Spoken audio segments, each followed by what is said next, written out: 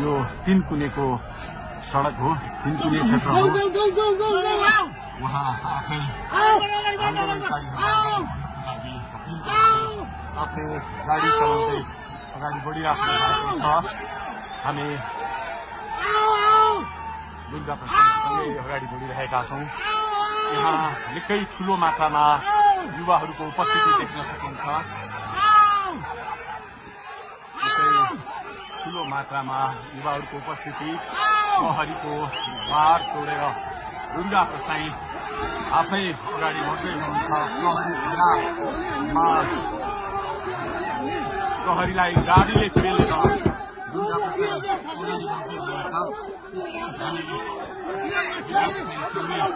अगाडि बढ्दैछौँ, जहाँ कसैले रोक्न सक्ने अवस्था छैन। कसैले प्रहरीलाई दुर्गा प्रसाईले पेलेर अगाडि बढिरहेको भएको छ। प्रहरी गाडीको चाबी खोज्न लागिपरेको छ। दुर्गा प्रसाईले प्रहरीको एक लेयर तोडिसक्नु भएको छ र अब अगाडि सशस्त्र प्रहरीको टोली रहेको छ। उहाँ अगाडि बढिराख्नु भएको छ। यो गाडीमाथि प्रहरीले अन्धाधुन्दा लाठीचार्ज गरिरहेको छ।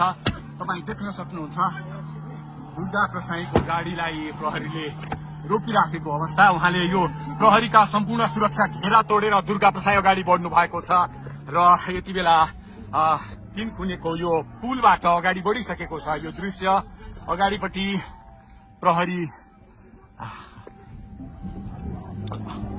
प्रहरीका यी घेरा तोडेर दुर्गा प्रसाई अगाडि बढिराख्नु भएको छ। हामी दृश्य देख्न सक्छौँ।